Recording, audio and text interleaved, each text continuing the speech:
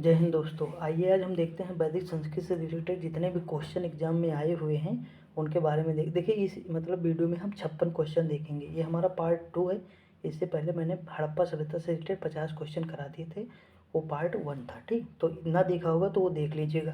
देखिए शुरुआत करते हैं। पहला है कि आरंभिक आदियों के बारे में निम्न कथनों में कौन सा सही नहीं है। तो देखिए कौन सा कथन सही नहीं है, तो देखिए हम पढ़ते हैं। ऑप्शन ए, वे मुख्यतः नगरों में निवास करते थे। ऑप्शन बी है, वे संस्कृत बोलने वाले थे।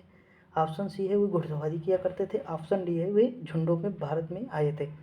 यानी देखिए अब जैसे ऋग्वैदिक काल के जो लोग थे वो कैसे थे, घुमक्कड़ प्रकृति के थे। यानी वो पशुपालन करते थे, एक स्थान से दूसरे स्थान जाते थे। तो सीधी सी बात, वो निवास तो नहीं करेंगे। तो यानी ऑप्शन नंबर इसका ए हो जाएगा, क्योंकि वो नगर में अगर रहते तो वो घूमते नहीं एक स्थान से दूसरे, यहाँ मध्य एशिया से आते नहीं भारत। ठीक, तो ठीक है आगे बढ़ते हैं। देखिए अगला क्वेश्चन है दूसरा, इनमें से किस फसल का ज्ञान वैदिक काल के लोगों को नहीं था। तो देखिए इसमें नहीं था, तो इसमें कौन सी ऐसी फसल है, चावल, तंबाकू, जौ, गेहूँ। तो देखिए तंबाकू का ज्ञान वैदिक काल के लोगों को नहीं था। आगे बढ़ते हैं।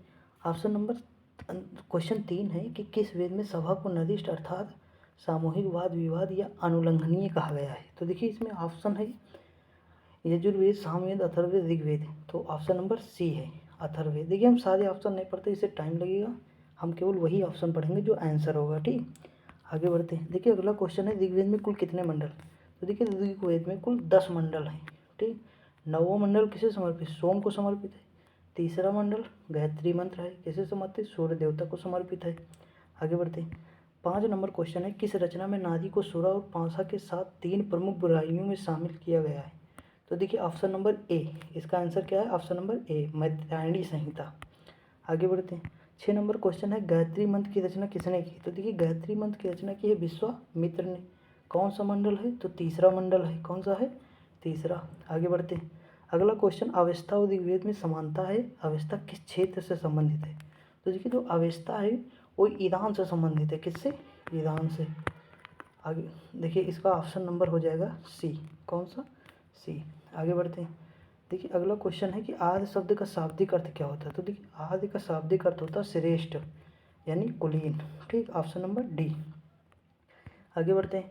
पूर्व वैदिक या ऋग्वैदिक संस्कृत का काल किसे माना जाता है। तो देखिए इसे ये माना जाता है 1500 ईसा पूर्व से लेकर 1000, ये माना जाता है ऋग्वैदिक काल।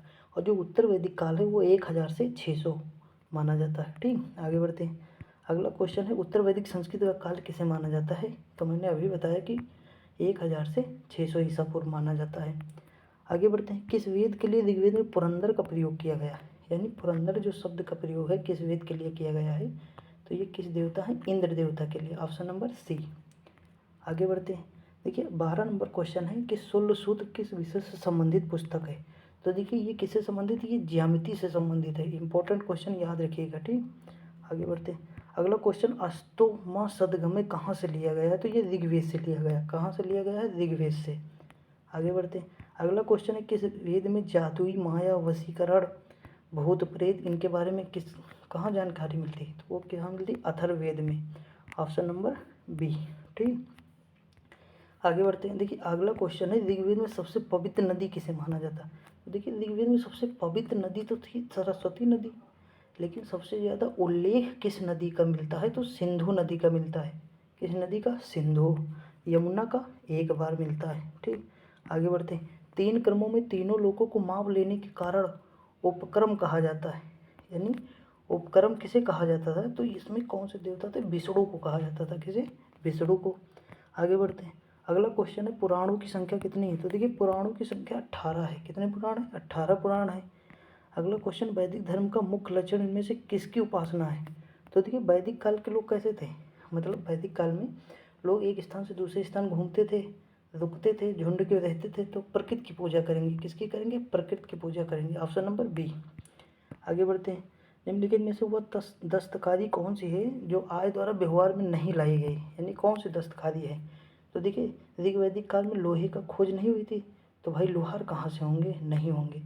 तो यानी नहीं पूछा है तो लोहार। ठीक, देखिए ये सीधी सी बात, थोड़ा सा रिलेट करना पड़ेगा, थोड़ा सा दिमाग लगाना पड़ेगा कि उत्तर वैदिक काल में लोहे की खोज हुई, तो ऋग्वैदिक काल में तो होंगे नहीं लोहार। ठीक, उत्तर वैदिक काल में होंगे, तो उससे हो जाएगा। आगे बढ़ते 20 नंबर क्वेश्चन, आदि काव्य की संज्ञा किसे दी गई। यानी जो आदि काव्य है उस संज्ञा किसे दी गई, तो वो रामायण को दी गई। Option number D. आगे बढ़ते हैं। निम्नलिखित में से कौन सा मूलतः जल या समुद्र का देवता है, तो ये कौन से देवता है, ये है वरुण। कौन से हैं, वरुण। ठीक, आगे बढ़ते देखिए इसमें ऑप्शन नंबर ए, कौन सा, ए।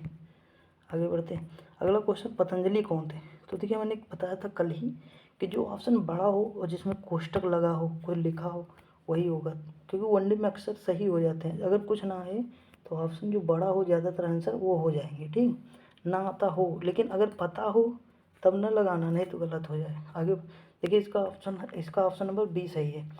पाणिनि के संस्कृत व्याकरण अष्टाध्यायी का एक टीकाकार है, कौन, पतंजलि। आगे बढ़ते हैं।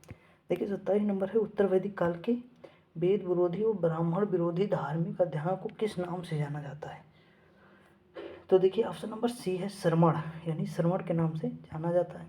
24 नंबर क्वेश्चन है, भारत के किस स्थल की खुदाई से लौह धातु के प्रचलन के प्राचीनतम साक्ष्य मिले हैं, तो लौह धातु के प्राचीनतम साक्ष्य कहाँ से मिले हैं, तो option number D, Atranji Kheda से मिले हैं, जो कि उत्तर प्रदेश में है। ठीक, आगे बढ़ते हैं। अगला क्वेश्चन, कौन सा वेद अंशतः गद्य में है, तो ये है यजुर्वेद, ऑप्शन नंबर ए। ठीक, आगे बढ़ते हैं। अगला है, सभा और समिति प्रजापति की 2 पुत्रियां थी का उल्लेख किस वेद में मिलता है, तो ये देखिए उल्लेख किस वेद में मिलता है, तो ये उल्लेख मिलता है अथर्ववेद में। किसमें मिलता है, ऑप्शन नंबर बी, अथर्ववेद में मिलता है। आगे बढ़ते हैं। अगला क्वेश्चन, उत्तर वैदिक काल में किस देवता को सर्वोच्च स्थान प्राप्त है, तो देखिए उत्तर वैदिक काल में प्रजापति को प्राप्त है, किसे, प्रजापति को, यानी ऑप्शन नंबर सी। आगे बढ़ते हैं। अगला क्वेश्चन है, किस वेद में प्राचीन वैदिक युग की संस्कृत के बारे में सूचना मिलती है, यानी जो प्राचीन वेद पूछा है, प्राचीन वैदिक युग संस्कृत के बारे में, तो ऋग्वेद, ऑप्शन नंबर डी। आगे बढ़ते हैं। अगला क्वेश्चन है कि निम्नलिखित में से उत्तर वैदिक काल में लिखे गए ग्रंथों का सही क्रम कौन सा है, तो देखिए क्रम कौन सा है, पहला ऑप्शन नंबर ए, वेद ब्राह्मण आरण्यक उपनिषद। आगे बढ़ते हैं। अगला क्वेश्चन, निम्नलिखित में से किसका संकलन ऋग्वेद पर आधारित है, तो देखिए किसका संकलन ऋग्वेद पर आधारित है, तो यह है सामवेद, ऑप्शन नंबर बी। ठीक, आगे बढ़ते हैं। अगला क्वेश्चन, निम्नलिखित में से कौन प्रस्थानत्रयी में शामिल नहीं है, यानी प्रस्थानत्रयी में कौन शामिल नहीं है, तो इसमें से जो है भागवत नहीं शामिल है, कौन सी, भागवत। और देखिए मतलब वेद त्रयी में कौन नहीं शामिल है, तो वहाँ पे जो नहीं शामिल है अथर्ववेद, वहाँ कौन नहीं शामिल, अथर्ववेद। आगे बढ़ते हैं। अगला क्वेश्चन, वैदिक युग की प्राचीनतम संस्था कौन सी है, तो देखिए ऋग्वेद की प्राचीनतम संस्था विदत, कौन सी है, विदत।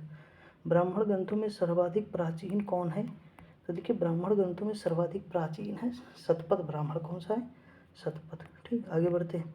आर्यों के आर्कटिक होम का सिद्धांत, तो देखिए आर्यों के आर्कटिक होम का सिद्धांत किसने दिया, तो वीजी तिलक, यानी बाल गंगाधर तिलक।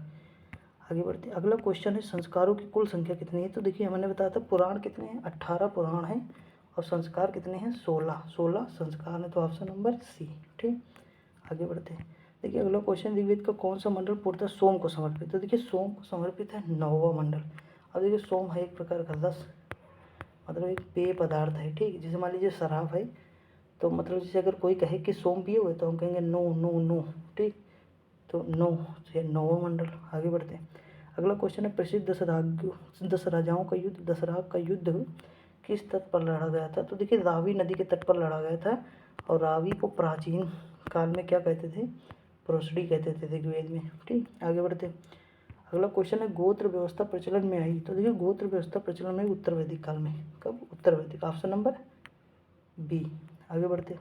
अगला क्वेश्चन है, भारत के प्राचीन में प्रयुक्त होने वाले शब्द सत्यमेव जयते कहाँ से लिया गया है, किस उपनिषद से, तो ये है ऑप्शन नंबर सी, मुंडक उपनिषद से लिया गया है। ठीक, 40 नंबर क्वेश्चन है, ऋग्वेद आदियों का मुख्य व्यवसाय क्या था, तो देखिए ये मतलब घूमते थे, गाय पालते थे, पशुपालन, ऑप्शन नंबर डी। ठीक, आगे बढ़ते हैं। अगला क्वेश्चन है, 800 ईसा पूर्व 600 ईसा पूर्व के का काल किस युग से जुड़ा है, तो ये ब्राह्मण युग से जुड़ा, ऑप्शन नंबर ए। आगे बढ़ते हैं। अगला क्वेश्चन, चरक संहिता नामक पुस्तक किस विषय से संबंधित है, तो चरक संहिता चिकित्सा से संबंधित है। ठीक, चरक चिकित्सा। अगला क्वेश्चन है 43 नंबर के, प्रथम विधि निर्माता कौन थे, तो प्रथम विधि निर्माता थे जो ऑप्शन नंबर सी, मनु थे, कौन थे, मनु।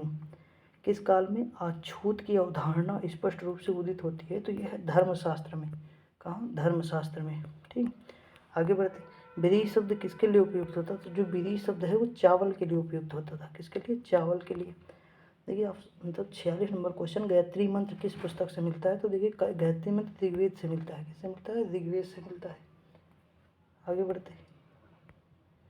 अगला क्वेश्चन है सबसे प्राचीन वेद कौन सा है? तो सबसे प्राचीन वेद है ऋग्वेद। कौन सा है? ऋग्वेद। आगे बढ़ते हैं।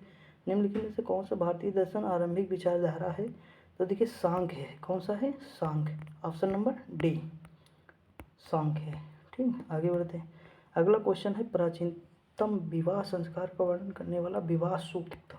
तो देखिए प्राचीन ग्रंथ कौन है? ऋग्वेद। तो ऋग्वेद में मिलेगा option number A, sorry option number A. ठीक, ऋग्वेद। आगे बढ़ते हैं।